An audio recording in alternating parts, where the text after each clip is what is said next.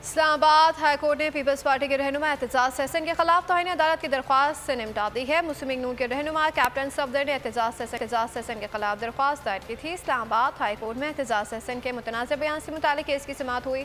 अदालत ने रिमार्क्स देते हुए कहा कि ऐसी गैर ज़रूरी बातों को अहमियत न दी जाए। ऐसे केसेस में तौहीन अदालत की कार्रवाई हल नहीं होती। अदालत ने मज़ीद कहा कि अदालत किसी से गैर ज़रूरी वजाहत तलब नहीं करेगी।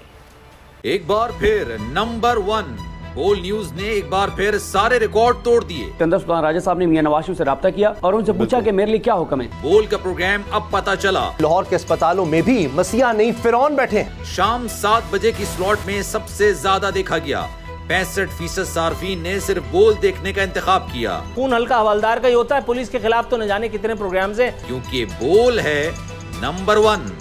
सबसे ज्यादा व्यूज, सबसे ज्यादा रील्स और सबसे ज्यादा रेटिंग के साथ बोल अब भी नंबर 1 पोजीशन पर बरकरार।